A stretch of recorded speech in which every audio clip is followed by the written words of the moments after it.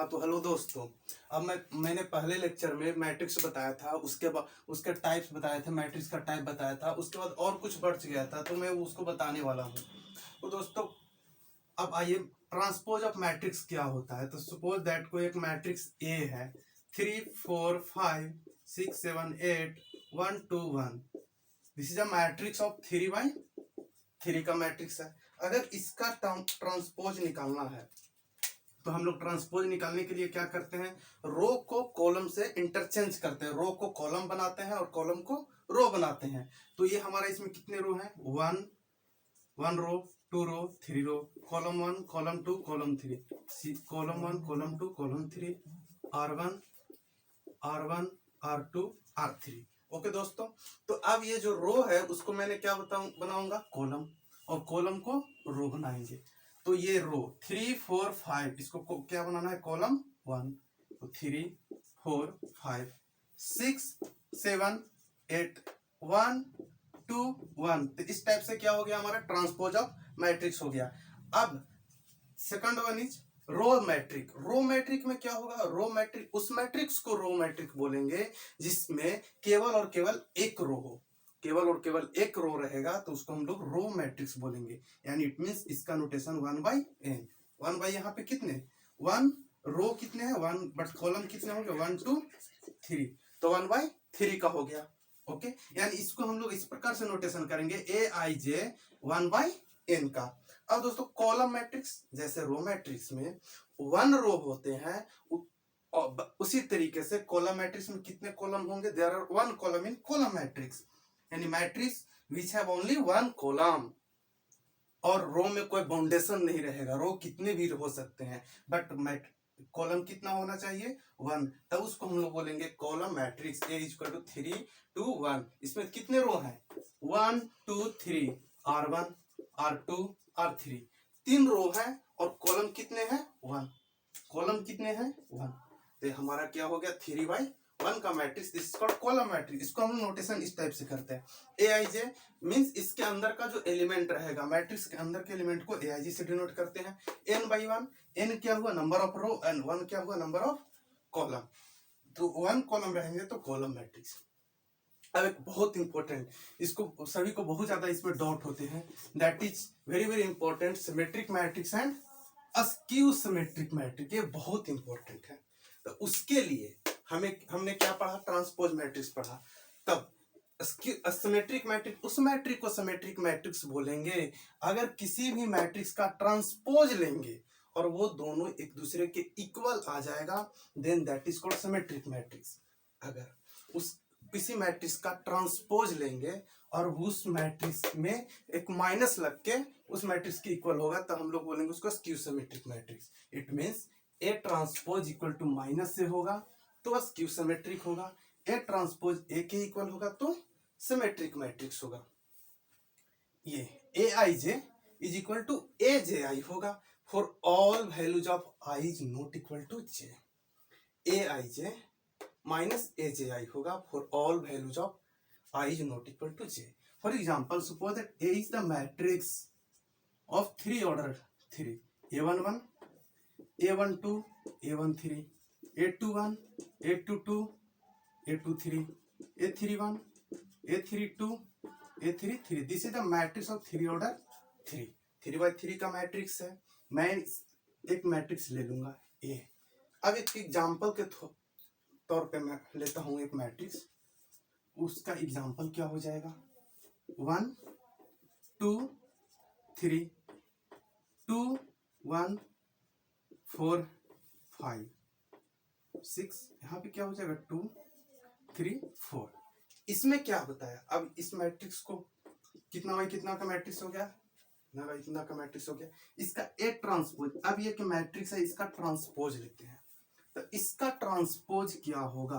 अब देखिए इसका ट्रांसपोज क्या होना चाहिए, 1 2 3, ये कॉलम में है तो ये क्या हो जाएगा, ये कॉलम में है 2 6 4, ये कॉलम को रो में चेंज कर देंगे 3 4 5। अब ये मैट्रिक्स और ये मैट्रिक्स क्या सेम है कि नहीं, 3/3 का मैट्रिक्स यहाँ पे क्या आ गया, A is equal to A transpose. जब ऐसा यहाँ पे आ गया तब ये जो हमारा A होगा that is the symmetric matrix. कौन सा मैट्रिक्स हो गया? सिमेट्रिक मैट्रिक्स का ये प्रॉपर्टी होता है। देखिए अभी मैंने क्या बताया था, A I J is equal to A J I, ये दोनों होना चाहिए। For I is not equal to J, देखिए तो ये डायगोनल एलिमेंट है, इसमें क्या है, I is equal to J है, बट नॉन डायगोनल जो एलिमेंट है वो I is not equal to J है। तो इसमें क्या होता है सिमेट्रिक मैट्रिक्स में कि A12 A21 के इक्वल होना चाहिए, है कि नहीं? A12 है, A21 के इक्वल है, A13 A31 के इक्वल होना चाहिए, है, A23 A32 के इक्वल होना चाहिए, वो है। तो ये हमारा कौन सा मैट्रिक्स हो गया? सिमेट्रिक मैट्रिक्स का ये प्रॉपर्टी होता है। उसी टाइप से अब अस्क्यू सिमेट्रिक मैट्रिक्स में क्या होगा?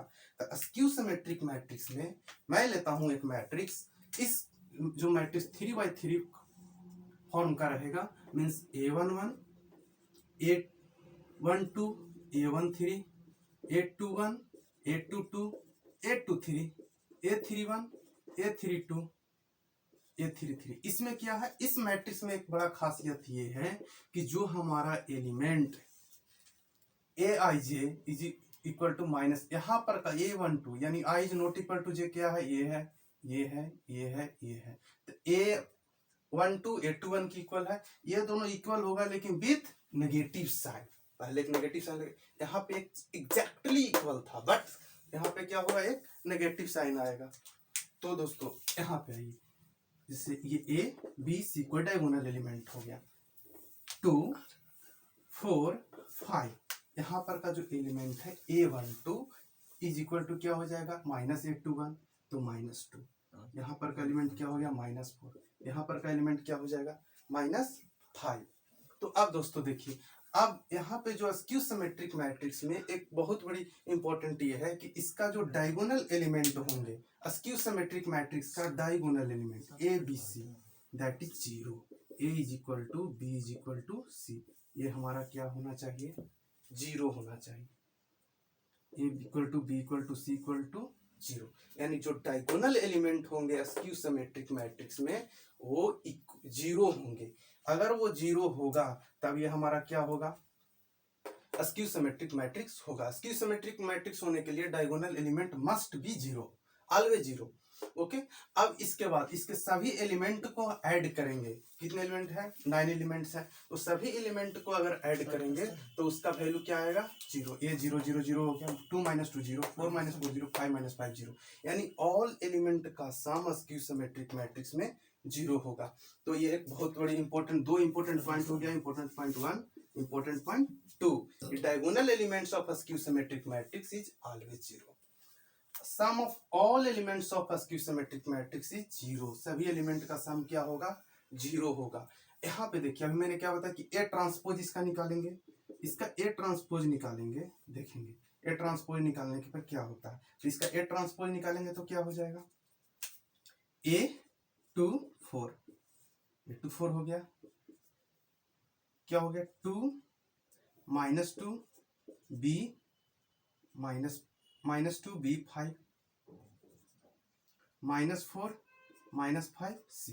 ओके, ये हमारा क्या हो गया, ए ट्रांसपोज निकल गया। अब इस ए ट्रांसपोज इक्वल टू, इसमें एक माइनस लगा देंगे तो ये इसके इक्वल हो जाएगा। तो ये हमारा क्या हो गया, स्क्यू सिमेट्रिक मैट्रिक्स। अब इसके बाद अब आगे देखते हैं।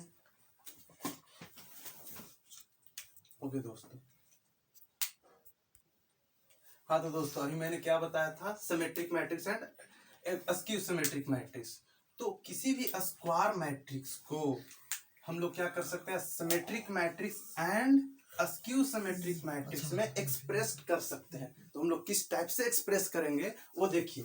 तो ये अस्क्यू सिमेट्रिक मैट्रिक्स और अस्क्यू सिमेट्रिक को एक, ये हमारा स्क्वायर मैट्रिक्स है, तो A + A ट्रांसपोज बाई 2 ये हमारा क्या हो गया, सिमेट्रिक मैट्रिक्स। इसको हम लोग किस पे किए, हम लोग सिमेट्रिक मैट्रिक्स में। अब ये हमारा क्या हो गया, askew symmetric matrix, askew symmetric matrix. तो दोस्तों अब देखिए, तो हम लोग किसी भी स्क्वायर मैट्रिक्स को सिमेट्रिक मैट्रिक्स और अस्क्यू सिमेट्रिक मैट्रिक्स में एक्सप्रेस कर सकते हैं। तो ये एक, इससे एक बहुत अच्छे क्वेश्चन बनेंगे, उसको मैं बहुत अच्छे से करवाऊंगा। ओके, तो इस आप केवल बने रहिए। तो देखिए यहाँ पे ए को हम लोग क्या करेंगे, A + A transpose by 2, symmetric matrix A minus A transpose bye 2 skew symmetric matrix. और उसके बाद सेकंड टाइप्स आता है singular matrix and non singular matrix. Singular matrix उस मैट्रिक्स को बोलेंगे जिसका डिटरमिनेंट का वैल्यू क्या होगा, 0 होगा। अब डिटरमिनेंट क्या होगा मैं आगे अच्छे से बताऊंगा, ओके। तो सिंगुलर मैट्रिक्स उस मैट्रिक्स को बोलते हैं जिसका डिटरमिनेंट क्या होगा, 0 होगा। Determinant A is equal to 0। Non singular matrix उस मैट्रिक्स को बोलेंगे that determinant's value is not equal to 0। तो जिसका डिटरमिनेंट 0 नहीं होगा that is non singular matrix. Determinant 0 होगा सिंगुलर मैट्रिक्स होगा, डिटरमिनेंट 0 नहीं होगा नॉन सिंगुलर मैट्रिक्स होगा। अब इनवर्टिबल मैट्रिक्स किसको बोलेंगे, यानी जिस मैट्रिक्स का इनवर्स पॉसिबल है, इस मैट्रिक्स का इनवर्स एग्जिस्ट करेगा that is called invertible matrix, okay. तो इनवर्स मैट्रिक्स का क्या हो जाएगा, A inverse equal to adjoint A by determinant A. अब नेसेसरी कंडीशन क्या है इनवर्टिबल मैट्रिक्स का, तो इनवर्टिबल मैट्रिक्स का ये नेसेसरी कंडीशन है कि जो मैट्रिक्स होना चाहिए वो नॉन सिंगुलर होना चाहिए। नॉन सिंगुलर मींस डिटरमिनेंट का वैल्यू, नॉन सिंगुलर का मतलब क्या होता है कि determinant of matrix A is not equal to 0। If determinant's value is equal to 0, suppose that यहाँ पे क्या हो जाएगा, डिटरमिनेंट नॉन सिंगुलर हो जाएगा तो एडजॉइंट ए बाय क्या हो जाएगा 0। एडजॉइंट ए का बाय 0 क्या होता है, इनफिनिटी। तो इसका मीनिंग है मीनिंगलेस है, मींस ए इनवर्स इंफिनिटी होगा नहीं, क्योंकि यहाँ पे एग्जिस्ट नहीं करेगा। इसलिए for existence of invertible matrix there should be matrix A is non singular matrix, okay दोस्तों।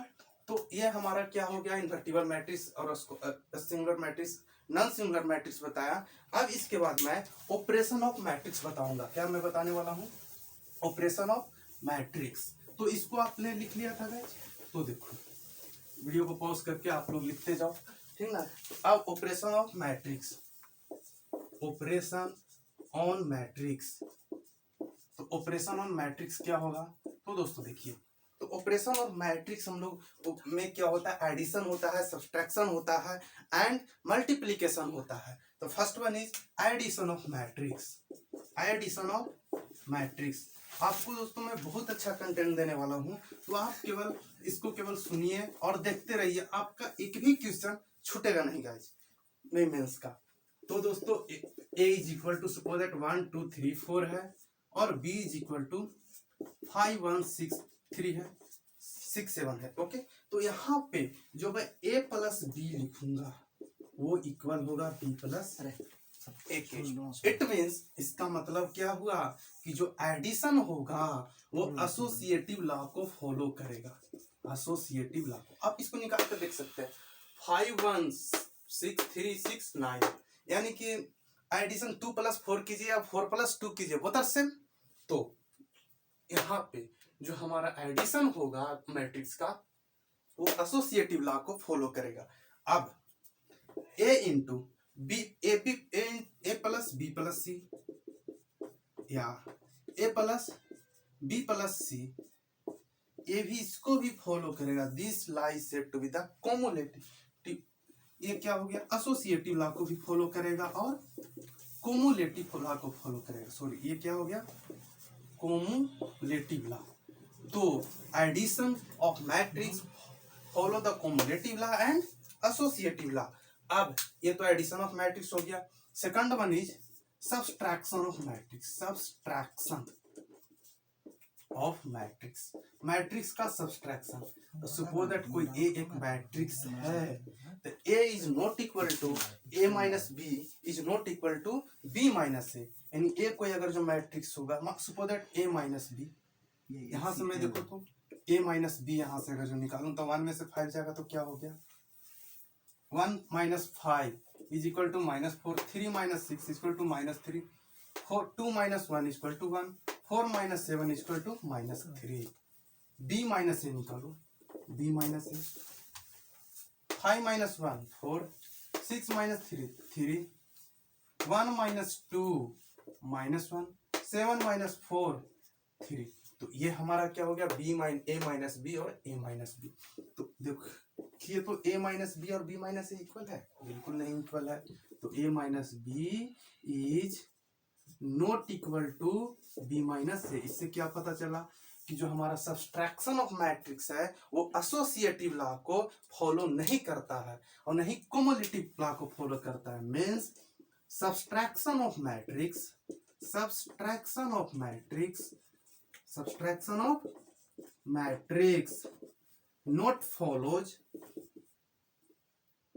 not follows associative and commutative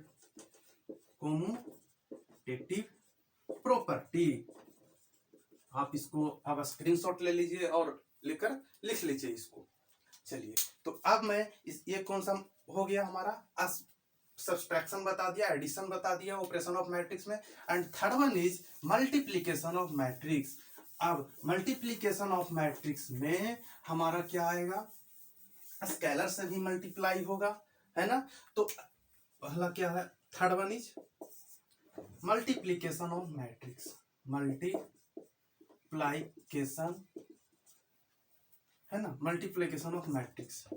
तो मल्टीप्लीकेशन ऑफ मैट्रिक्स में मैंने क्या बताया, scalar multiplication, one is scalar multiplication, scalar multiplication. तो scalar multiplication में suppose that matrix A is the matrix that is A11 A12 A21 A22। Okay, this is the matrix of 2 order 2। कितने order का है, 2 order 2 means 2 rose and 2 columns. Okay, this is the matrix of 2 order 2। okay, and second one is matrix B is Ka11 Ka21 K12 Ka22। this is of matrix B। Okay दोस्तों, तो ये जो हमारा matrix B और ए में relation क्या हो गया यहाँ पे कि B इज इक्वल टू के इंटू ए, ये हमारा मैट्रिक्स है। मीन्स मैट्रिक्स बी में एस के मैट्रिक्स ए में कैसे मल्टीप्लीकेशन हुआ तो हमारा क्या होगा, मैट्रिक्स बी आ गया। ओके, तो इसी टाइप से यानी ये हमारा स्केलर का मल्टीप्लीकेशन। एग्जांपल के लिए A is equal to 1 2 5 4। Okay, therefore यहाँ पे सपोज दैट कि बी हमारा क्या है, एक मैट्रिक्स है दैट इज द 2a।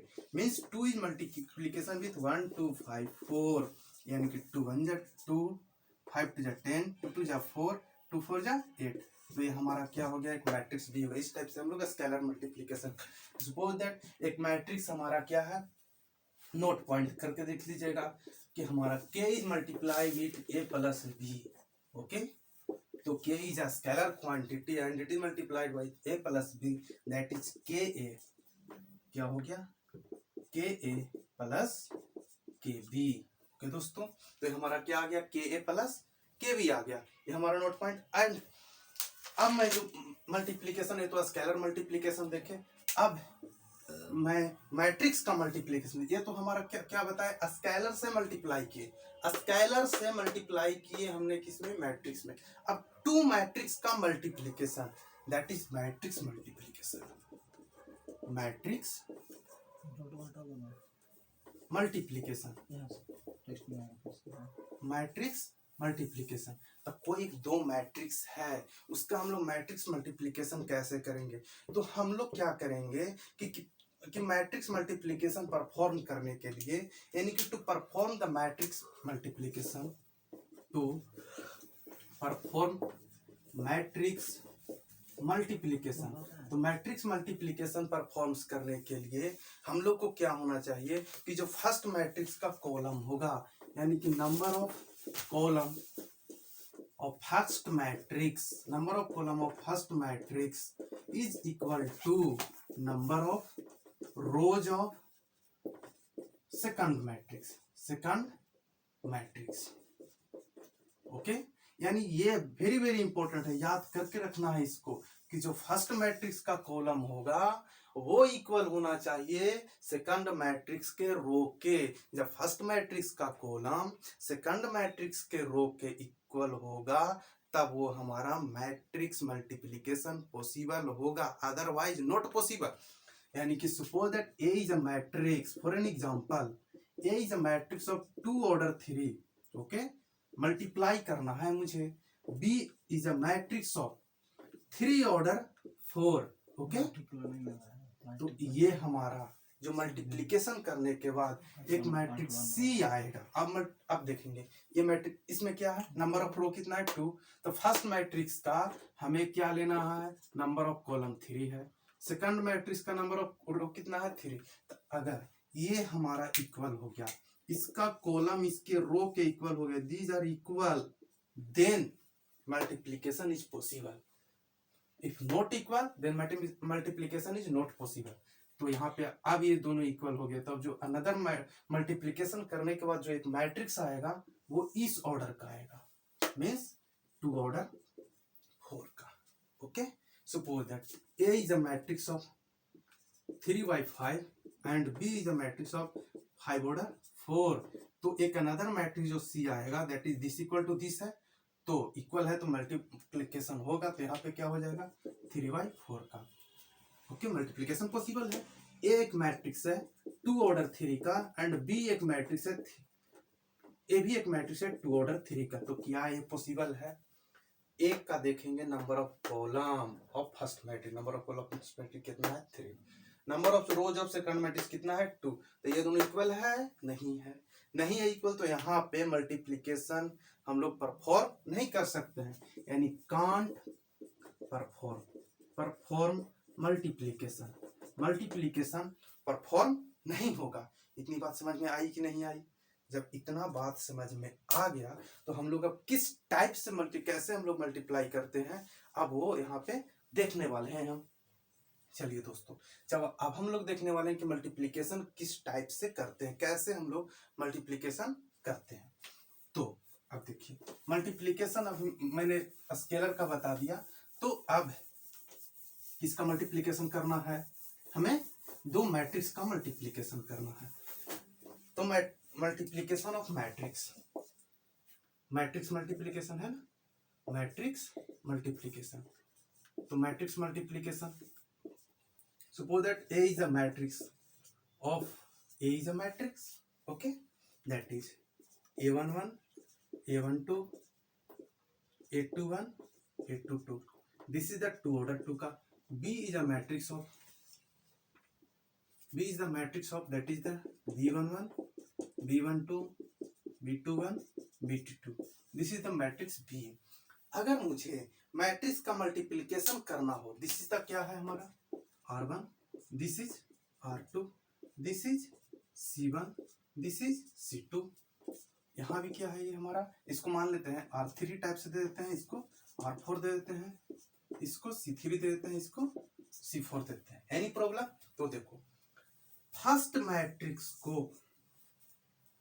इसके फर्स्ट कॉलम के साथ मल्टीप्लाई करेंगे, इसको इस तरफ से, यानी R1 को C3 से, R1 को क्या करेंगे C3 से करेंगे। ओके, चलो इसको हम लोग यहां से करेंगे, मान लो इसको C1 ही मान लो, C1 C2, ओके, इसको अभी रहने दो। चलो इसको R1 R2 हो गया, ये C1 C2 हो, तो R1 को किससे किया मल्टीप्लाई हमने किया C2 से, तो R1 C1, R1 को C1 से मल्टीप्लाई किया, अब ये यहाँ हो जाएगा R1 C1, ये फर्स्ट में लिखा है। फिर R1 को C2 से मल्टीप्लाई करेंगे तो ये क्या हो जाएगा R1 C2, R2 को C1 से मल्टीप्लाई किए तो क्या हो जाएगा R2 C1। ओके, अब यहाँ पे क्या हो जाएगा, फिर R2 को C2 से मल्टीप्लाई किए तो क्या हो जाएगा R2 C2। यही हमारा क्या है मैट्रिक्स A इंटू बी, ये हमारा कौन सा मैट्रिक्स है A इंटू बी। अब देखो R1 क्या है, ये है, तो R1 को C1 से करना है, that is A11 B11, multiply करेंगे A11 B11, उसके बाद A12 B21, A12 B21 और बीच में प्लस का साइन देंगे, उसी टाइप से यहाँ लिखेंगे A11 B12 प्लस में A12 B22। ओके, R2 को देखेंगे तो A21 into B11 plus A22 into B21, यहाँ देखेंगे A21 इंटू B12 प्लस में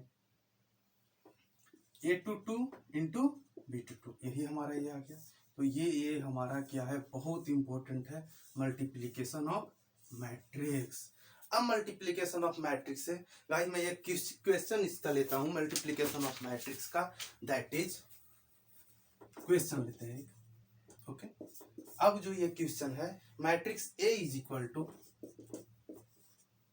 अल्फा 0 1 1, मैट्रिक्स ए हो गया। Matrix B is equal to 1 5 0 1, then find the value of alpha. इसमें क्या निकालना है, अल्फा का वैल्यू निकालना है। Find the value of alpha, इसके लिए क्या है, A square is equal to B दिया हुआ है, ये हमारा क्या है, given A square is equal to B, then find the value of alpha. इसको सही से लिख देते हैं,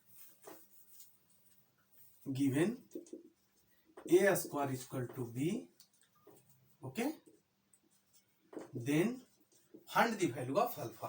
अब इसमें मैं ऑप्शन दे देता हूं, ए में 1, बी में -1, C 4, D no real value. Okay, तो अब दोस्तों अब देखिए यहाँ पे, अब जो ये जो क्वेश्चन है, ये आपको विश्वास नहीं हुआ, ये 2003 में, ये जो क्वेश्चन है 2003 में AIEEE में पूछा हुआ क्वेश्चन है। देखिए बहुत आसानी से ये बन जाएगा क्वेश्चन। तो ये ऑप्शन है, आप इसको पॉज करके इस वीडियो को पहले इस क्वेश्चन को बनाइए, उसके बाद आप सॉल्यूशन देखिएगा। ओके दोस्तों, तो देखिए ए स्क्वायर, सॉल्यूशन देखते हैं। A square means A is multiply with A is multiply by A means alpha 0 1 1, B A क्या है, फिर इसी को दोबारा लिखना है, अल्फा 0 1 1। ओके दोस्तों, ये हो गया हमारा ए इंटू ए। अब इसको मल्टीप्लाई करने के लिए क्या बोले, फर्स्ट रो को फर्स्ट कॉलम से मल्टीप्लाई करेंगे, तो अल्फा इंटू अल्फा क्या हो जाएगा, अल्फा स्क्वायर, अल्फा इंटू 1 क्या हो जाएगा, प्लस अल्फा। ऐसे लिखते हैं कि नहीं, चलिए अब इसको, सॉरी, अल्फा इंटू अल्फा क्या हो गया, अल्फा स्क्वायर, 0 इंटू 1 क्या हो गया, यहाँ देखिए अल्फा को अल्फा से मल्टीप्लाई करना है, अल्फा इंटू अल्फा प्लस, अब ये 0 को किसी, इसको इससे साथ लेना है ना, 0 को किससे मल्टीप्लाई करना है, 1 से, 0 इंटू 1। अब यहाँ देखिए इसको फिर C2 से करना है, तो अल्फा इंटू 0 प्लस 0 इंटू 1, ये क्या हो जाएगा, 1 into alpha plus 1 into 1, 1 into 0 plus 1 into 1। Okay, ये आ गया 1 into alpha plus 1 into 1 into alpha plus 1 into 1, 1 into 0 plus 1 into 1। अब इसको देखिए, अल्फा इंटू अल्फा क्या हो जाएगा, अल्फा स्क्वायर, 0 इंटू 1 0, ये तो पूरा क्या हो जाएगा, अल्फा स्क्वायर, 1 इंटू अल्फा क्या हो गया, अल्फा प्लस 1 0, यहाँ क्या हो गया 1। अब ए स्क्वायर किसके इक्वल है, बी के इक्वल है। यहाँ पे मैंने अभी क्या देखा, ये हमारा क्या आ गया, ए स्क्वायर। ओके, अब यहाँ पे देखिए क्या है, A square is equal to B है, इसका मतलब ए स्क्वायर हमारा क्या है, alpha square 0, alpha plus 1 1, B का वैल्यू वहां पे क्या है 1 0 5 1। ये देखिए को this equal to this equal to this equal to this equal to. अब ये दो मैट्रिक्स इक्वल है, इसके कोरस्पॉन्डिंग एलिमेंट भी क्या होते हैं, इक्वल होते हैं। A11 इसके A11 की इक्वल होगा, A21 इसके A21 की इक्वल है। देखो तो ये और ये क्या है, A21 की इक्वल है, A21 की इक्वल है, ये दोनों इक्वल है 1 1 0 0। तो यहाँ पे क्या हमारा आ गया, alpha square equal to 1, okay, and alpha plus 1 equal to 5। यहाँ से क्या हो गया, अल्फा इक्वल टू हमारा कितना आ रहा है, 4 आ रहा है। यहाँ से देखें तो अल्फा इज इक्वल टू क्या हो रहा है, √1 मीन्स 1। ये आ रहा है कि नहीं, तो हमारा देखो तो एक अल्फा इक्वल टू 1 आ रहा है, एक अल्फा इक्वल टू 4 आ रहा है। तो हमारा यहाँ पे ऑप्शन क्या हो जाएगा, इसका ऑप्शन क्या हो जाएगा, 2 3 स्टार्ट। ओके, हाँ तो गाइस यहाँ पे क्या है, हमारे अल्फा का 2 वैल्यू आया, एक अल्फा इक्वल टू 1 और क्या आया 4। तो एट अ टाइम अल्फा का 2 वैल्यू पॉसिबल है, पॉसिबल नहीं है। तो एट अ टाइम यानी कि at a time value of alpha यानी कि value of alpha is not possible, not possible at a time, two values of alpha is not possible, possible नहीं है। तो एट अ टाइम अल्फा का value 1 भी होगा और 4 भी होगा, ये पॉसिबल तो हो ही नहीं सकता है। तो हमारा क्या हो जाएगा कि देयरफॉर यानी कि अल्फा का वैल्यू, अल्फा यानी कि value of alpha is not real exist, real में वो अल्फा का वैल्यू एग्जिस्ट नहीं कर रहा है। ओके, क्योंकि कोई भी रियल वैल्यू अल्फा का नहीं है, क्योंकि एट अ टाइम दो वैल्यू अल्फा का पॉसिबल नहीं हो सकता है, इसलिए अल्फा क्या हो रहा है यहाँ पे रियल वैल्यू नहीं होगा। तो हमारा आंसर इसका क्या हो गया, डी, है ना। इंटरेस्टिंग है। अब इसके बाद मैं बहुत सारे क्वेश्चन लेकर आने वाला हूं, तो आप मेरे साथ बने रहिए और इस वीडियो को ज्यादा प्यार कीजिए और लाइक कीजिए, शेयर कीजिए और सब्सक्राइब कीजिए।